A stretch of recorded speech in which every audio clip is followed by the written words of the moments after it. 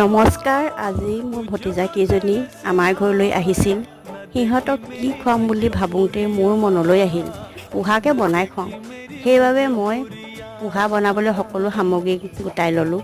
সিহঁতৰ লগত ধেমালি কৰি পোহা বনালোঁ। এই ৰেচিপিটো মোৰ চেনেলৰ লং ভিডিঅ'টো দিয়া আছে, আপোনালোকে তাত গৈ চাব পাৰিব।